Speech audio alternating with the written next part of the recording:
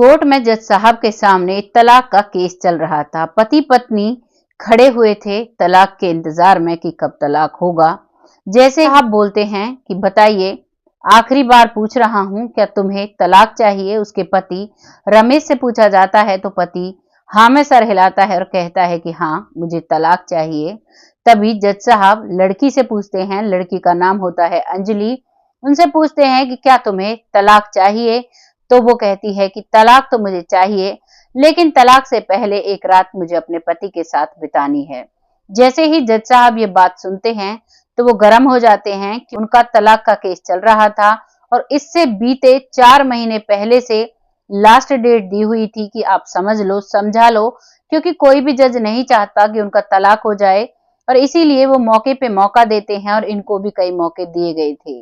लेकिन अब भी जज साहब समझते हैं और उन्हें एक रात बिताने का मौका देते हैं। जैसे ही जज साहब इस ऑर्डर को कंफर्म करते हैं तो लड़की के घर वाले उसी कोर्ट में उस लड़की से लड़ने लगते हैं, कहने लगते हैं कि तुमने तो हमारी इज्जत को सरेआम नीलाम कर दिया, तुम्हें अब इसके साथ क्या करना है? तो वो लड़की गर्दन नीचे करती है। तभी जज साहब उनको फटकार लगाते हैं और कहते हैं कि जब मैंने तुमसे बोला था अपनी बेटी को पहले ही समझा लो तो तुमने का समय क्यों बर्बाद किया? नमस्कार, मैं महक चौधरी आज आपके सामने एक ऐसी कहानी लेकर आई हूँ, सुनकर आपको बहुत हैरानी और आपकी आंखों में आंसू भी आ सकते हैं।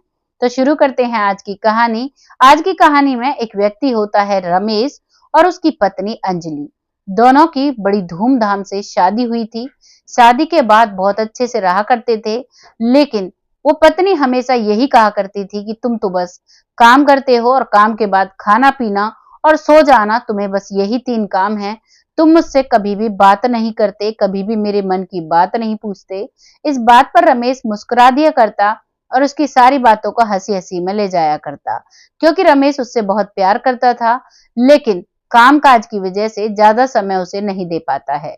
और इसी बात से अंजलि परेशान हो जाती है और अंजलि अब कोर्ट में केस डाल देती है अपने पति से तलाक का। लेकिन जब उस दिन उनका कोर्ट में केस चल रहा था, लास्ट तारीख थी, तो वो लड़की कहती है कि मुझे एक रात बितानी है। अब वो लड़की उससे कहती है कि मैं तुम्हें एक होटल का एड्रेस दूंगी, तुम्हें वहां आना होगा। उसके लिए रमेश भी मान जाता है और अब शाम होती है। शाम को वो इंतजार करता है कि ठीक है, अब तो जाना पड़ेगा।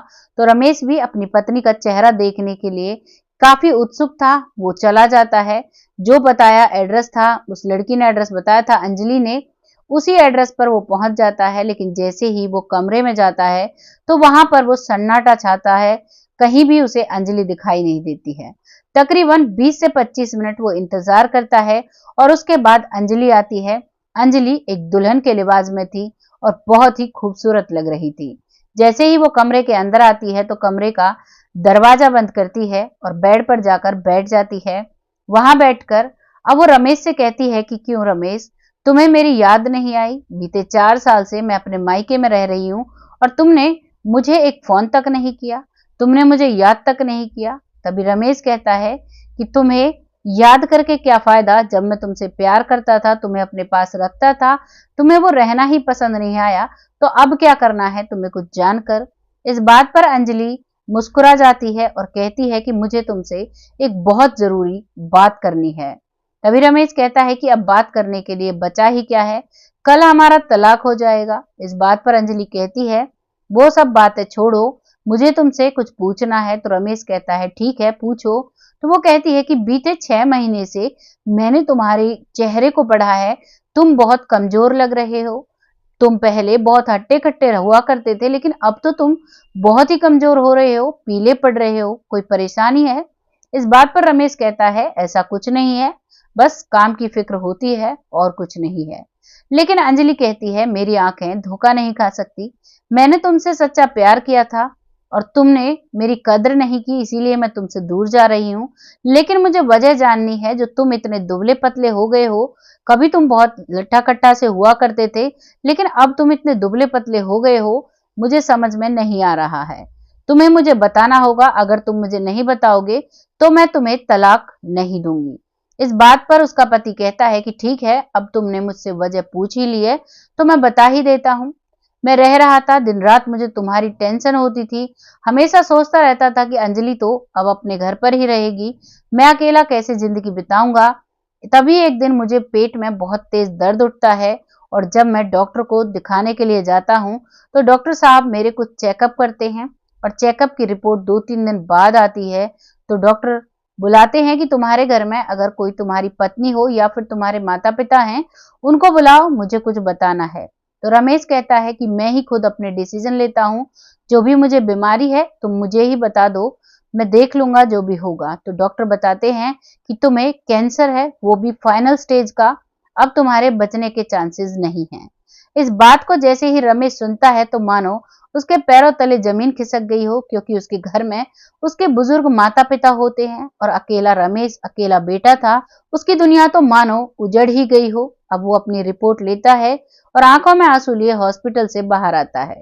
डॉक्टर कई बार समझाते हैं कि भाई कोई बात नहीं, अब जो हो गया उसे नहीं बदला जा सकता, इसका इलाज विदेश जाकर तो हो सकता है, लेकिन वहां पर भी चांस 90% नहीं है, क्योंकि लास्ट स्टेज तुम्हारे कैंसर की आ चुकी है। इस बात पर रमेश चुप होता है और कहता है ठीक है डॉक्टर साहब, जो बनेगा मैं वो दवाइयां लूंगा। और इस बात को सुनकर अब वो अपने घर चला जाता है। घर जाकर इस बात को वो अपने माता पिता को भी नहीं बताता है। और अब तलाक के केस की उसे जल्दी होती है कि किसी तरीके से अंजलि से मेरा तलाक हो जाए, तो फिर देखता हूँ क्या होता है। वैसे भी मेरी जिंदगी में ज्यादा दिन नहीं बचे हैं, 6 महीने बाद तो मुझे तुमसे दूर जाना ही पड़ेगा। जैसे ही अंजलि ये बात सुनती है, अंजलि की आंखों से आंसू टपकने लगते हैं और अंजलि धड़ाम से अपने पति के गले लग जाती है और कहती है कि तुमने मेरे साथ बहुत बुरा किया है, तुमने मुझे इस बीमारी का नहीं बताया, तुम 6 महीने से इस बीमारी से अकेले लड़ रहे हो। तभी रमेश कहता है कि क्या फायदा तुम्हें बताने का, तुम तो वैसे भी मुझे छोड़कर जा रही हो, तुम तो अपने माता पिता के पास रहोगी, मेरे माता पिता अकेले रह जाएंगे, न जाने उनका क्या होगा। और उसी इन्हीं बातों को करते करते उन्हें रात के करीबन 1-1:30 बज जाता है और फिर उसकी पत्नी कहती है चलो ठीक है, अब मुझे तुमसे तलाक नहीं लेना। लेकिन रमेश कहता है तुम्हें तलाक नहीं लेना, लेकिन मुझे तुमसे तलाक लेना है और मैं तलाक लेकर रहूंगा। इस बात पर बहस करते करते उन्हें सुबह के 3 बज जाते हैं। रमेश कहता है कि अब हमें अपने अपने घर चलना चाहिए। तभी अंजलि कहती है कि हमें सुबह 6 बजे तक इसी कमरे में रुकना है, उसके बाद हम अपने अपने घर चले जाएंगे और फिर कोर्ट में मिलते हैं, 10 बजे की हमारी तारीख है। इन बातों को करने के बाद 2 घंटे का आराम करने के बाद वो दोनों 6 बजे अपने अपने घर चले जाते हैं और घर जाने के बाद नहा धोकर तैयार होकर फिर से वो कोर्ट में आ जाते हैं। जब कोर्ट में जज साहब उन्हें बुलाते हैं तो कोर्ट में जज साहब को उम्मीद थी कि अब इनका तलाक नहीं होगा। तभी जज साहब फॉर्मेलिटी के लिए सबसे पहले रमेश से पूछते हैं कि रमेश बताओ तुम्हें तलाक लेना है या नहीं लेना है। तभी रमेश कहता है कि जज साहब मुझे तलाक चाहिए, मुझे तलाक लेना है। इस बात को सुनकर जज साहब भी थोड़े परेशान होते हैं। घर वाले, जो लड़की के घर वाले थे, वो काफी खुश होते हैं।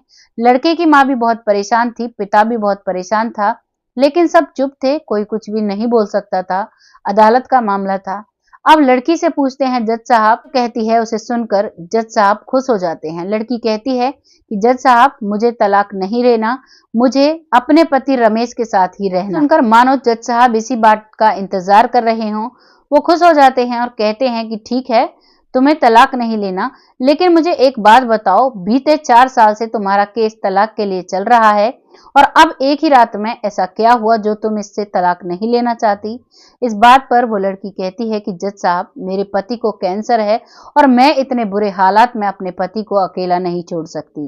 वो मेरी नादानी थी, मैं समझ नहीं पाई, मेरे पति मेरी बहुत केयर करते थे, लेकिन मुझे पता नहीं कोई और ही खुमार चढ़ा था, जिस बात की वजह से मैंने अपने पति के प्यार को नहीं देखा, उनकी केयर को नहीं देखा, सिर्फ उनका वक्त देखा कि वो मुझे वक्त नहीं देते। अब वो जैसे ही वो पति के साथ जाने के लिए कहती है तो उसके घर वाले फिर से लड़ने लगते हैं। तभी जज साहब उन्हें धमकाते हैं, कहते हैं ये कोर्ट है, यहाँ पर शांत रहें, शांति बनाए रखना ही यहाँ पर जरूरी होता है और अगर आपको प्रॉब्लम है तो आप कोर्ट से बाहर जा सकते हैं। और अब अंजलि अपने पति रमेश के साथ खुशी खुशी उसके घर आती है और अब लगातार उसकी सेवा करती है और उसके साथ रहती है। ये थी कहानी अंजलि की, जिसका कोर्ट में केस चला बीते 4 साल तक और अंत में जो फैसला लेती है वो भावुक कर देने वाला था, क्योंकि अंजलि टूट चुकी थी। जिस व्यक्ति से उसने प्यार किया था उसी व्यक्ति को इतनी भयानक बीमारी लग चुकी थी। वो दिन रात अपने पति की सेवा करती है और उसी की देखभाल में दिन रात लगी रहती है। अपने बूढ़े सास ससुर का भी सहारा बनती है और अपने पति से कहती है कि तुम्हें चिंता करने की जरूरत नहीं है, तुम सबके लिए मैं हूं। अब उसका पति कहता है कि मुझे कुछ ही दिन और जीना है, लेकिन उसके जो भी जीवन के पल हैं उन्हें वो बहुत खुशी खुशी बिता रहे हैं। आपको ये कहानी कैसी लगी कमेंट सेक्शन में जरूर बताना। ऐसी ही देखने के लिए हमारे चैनल को सब्सक्राइब करें, बेल आइकन को दबाएं, जिससे कि आने वाली वीडियो का नोटिफिकेशन आपके फोन पर आए। तब तक के लिए खुश रहें, आबाद रहें, अपने रिश्तों का ध्यान रखें, किसी भी रिश्ते में दरार ना आए, जीवन के ऐसे अच्छे समय आपसे निकल ना जाए जैसे कि रमेश से और उसकी पत्नी अंजलि से उनके जीवन के 4 साल निकल चुके थे।